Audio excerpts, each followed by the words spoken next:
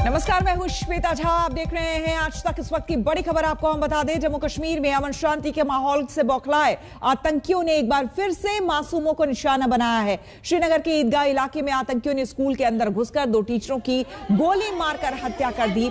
हमले में मारे गए एक टीचर जम्मू के रहने वाले थे। घाटी में पिछले 3 दिन में आपको बता दें आतंकियों ने 5 लोगों की हत्या कर दी है। आज श्रीनगर में मारे गए लोगों के घर गम है, दर्द है, आतंक के बाद आंसू है, आक्रोश है।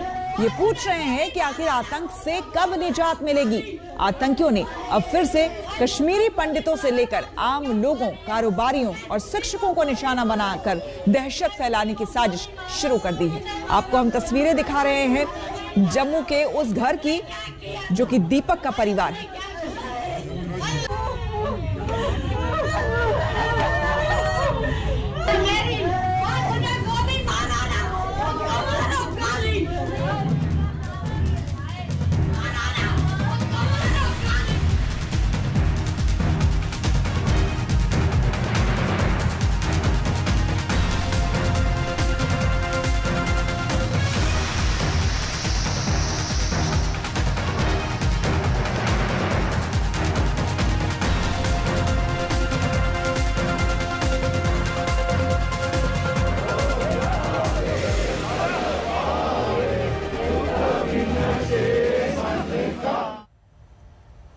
आपको बता दें कि आज प्रिंसिपल और एक शिक्षक, 2 लोगों की आतंकियों ने हत्या कर दी।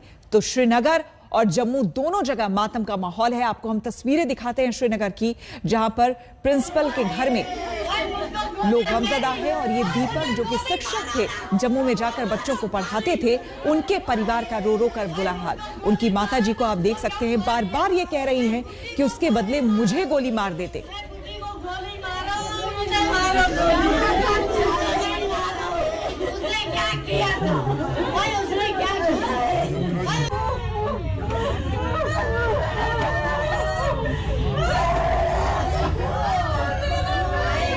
पत्नी का रो रो कर बुरा हाल है।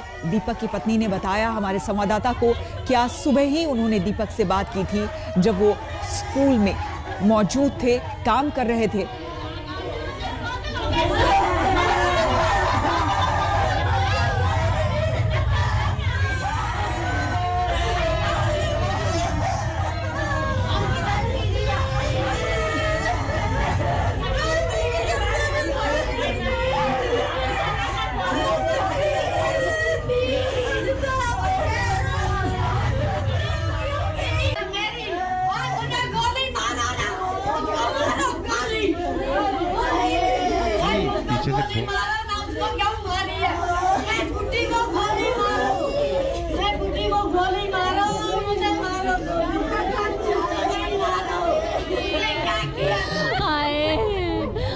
के पता है क्या ली आराधना मैं आखा ही तो साढ़े को लुष्टकारा पा दे नहीं मैं कुड़ी दा पर सारा संभाल ले आया अपना घर। आराधना तू दोबारा नहीं जाना है श्रीनगर। आराधना तू दोबारा नहीं जाना श्रीनगर। उन्मृत भी किते के स्कूल पाना है, तू नहीं जाना आराधना दोबारा। कल्ले आए करना तू रहना कार के। माता जी आपकी कब बात हुई थी आखिरी बार? आज सुबह बात हुई थी आपकी? नहीं मेरी माफी दे दो, मुझे नहीं बात करनी, मैंने नहीं बात करनी।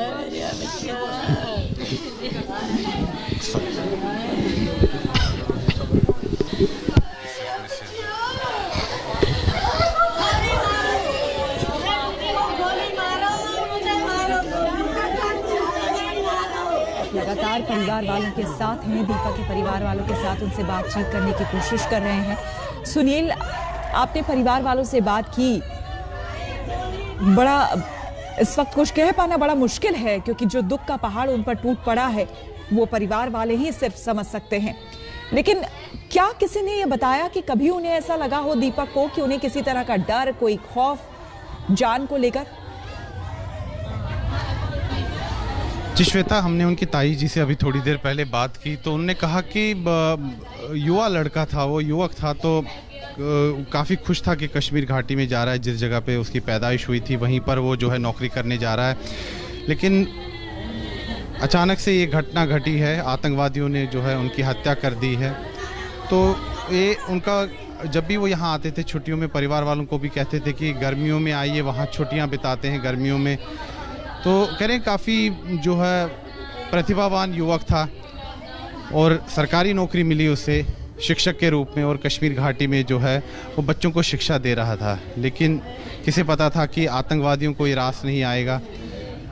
तो जो पिछले कई दिनों से हमने देखा है कि लगातार जो है लोगों की हत्याएं हो रही है कश्मीर घाटी में, और ख़ास तौर पर जो अल्पसंख्यक समाज के लोग हैं, हिंदू समाज के, सिख समाज के, उनको जो है निशाना बनाया जा रहा है, जिसके कारण जो है कश्मीर घाटी में जो है इस समय ख़ास तौर पर जो अल्पसंख्यक हिंदू समाज है उनमें जो है भय फैल गया है।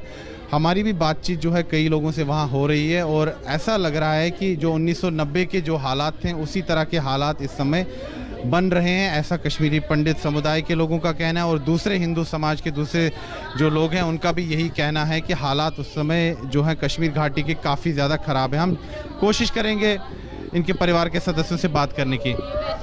माता रानी नहीं कुछ नहीं होए, माता रानी आज तुंदा पहला वर्त है, माता रानी नहीं कुछ नहीं होए, माता रानी अपनी शक्ति करने ठीक करी हो, माता रानी तुम तो सब कुछ कर ही सकते हो, प्लीज माता रानी, प्लीज माता रानी, हाय माता रानी ने ठीक करिए, भेजो मेरी बच्ची वास्ते भेजियो, ठीक करिए, हे माता रानी ने ठीक करी भेजियो, हे माता रानी तुमने आगे हाथ जोड़ दिया, हे माता रानी ने ठीक करिए भेजियो, हे माता।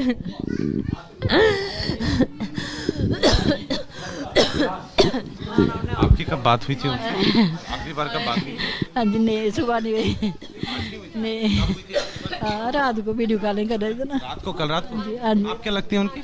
सास, चाची? हमें सास गए, सास हैं। अच्छा, मुझे एक चीज़ बताइए, कभी उन्होंने आपसे कहा कि वहाँ खतरा है, उनको कोई धमकी दे? नहीं, उन्हें कुछ नहीं बोला, नहीं था वहाँ पे, उनको कोई धमकी, वैसे ऐसी बात कुछ नहीं, वो मेरे साथ बाहर का कुछ भी शेयर नहीं करते थे।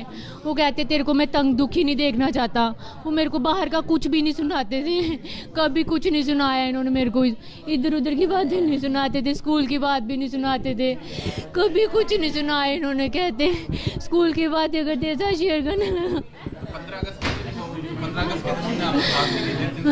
मैं वही थी, उन्हीं के स्कूल में गए थे आप?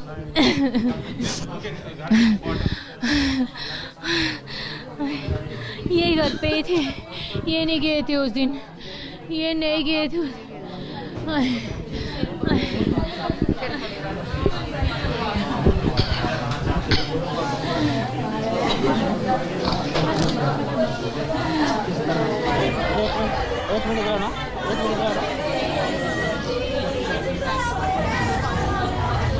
पानी पिला दीजिए, पानी पिला दीजिए।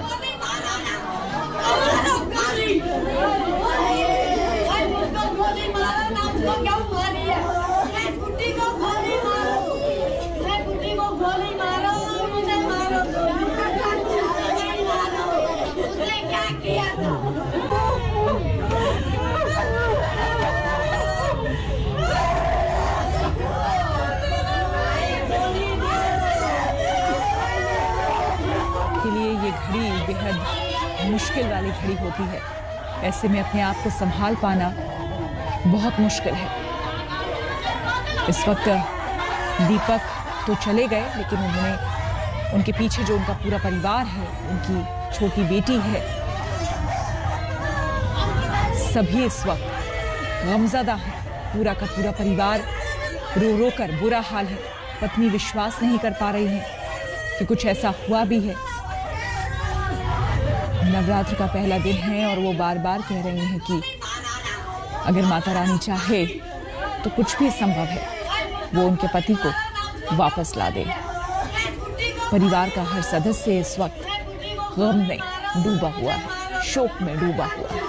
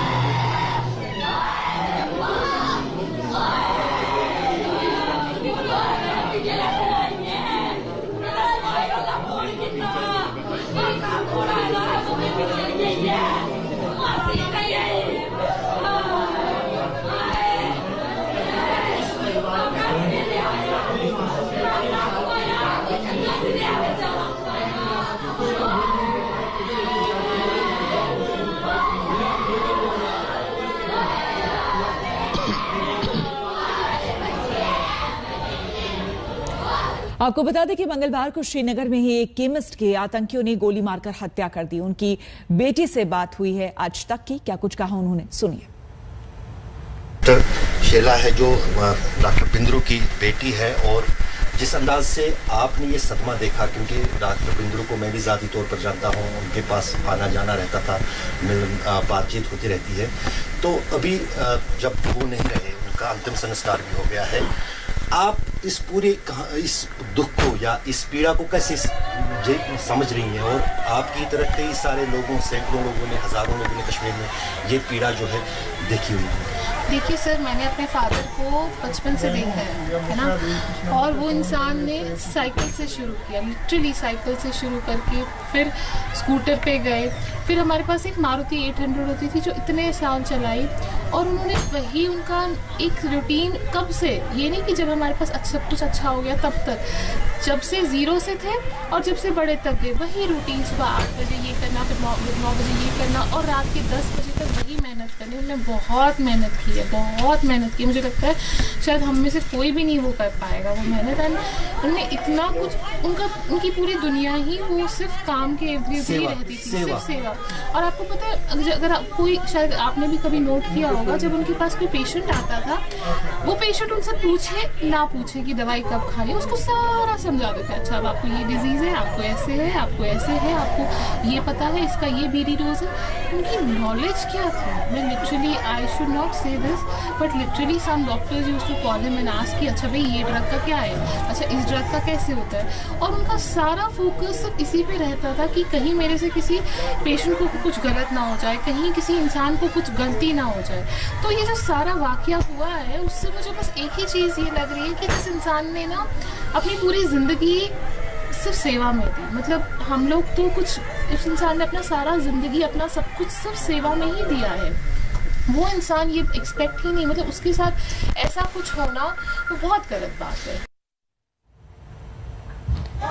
और ये आपको हम जम्मू की तस्वीरें दिखा रहे हैं। दीपक की जब शादी हुई थी उस वक्त की तस्वीरें हैं, जो कि अब परिवार वाले देख देख कर उन्हें याद कर रहे हैं, और फिलहाल रो रो कर उनका बुरा हाल है। महज कुछ साल हुए हैं उनकी शादी को। परिवार वाले बता रहे थे कि शायद 4 साल हुए थे दीपक की शादी को, और अब वो इस दुनिया में नहीं रहे। आतंकियों ने जो मौत का खेल खेला है, एक कड़ा संदेश उन्हें सरकार की तरफ से देना बहुत जरूरी है।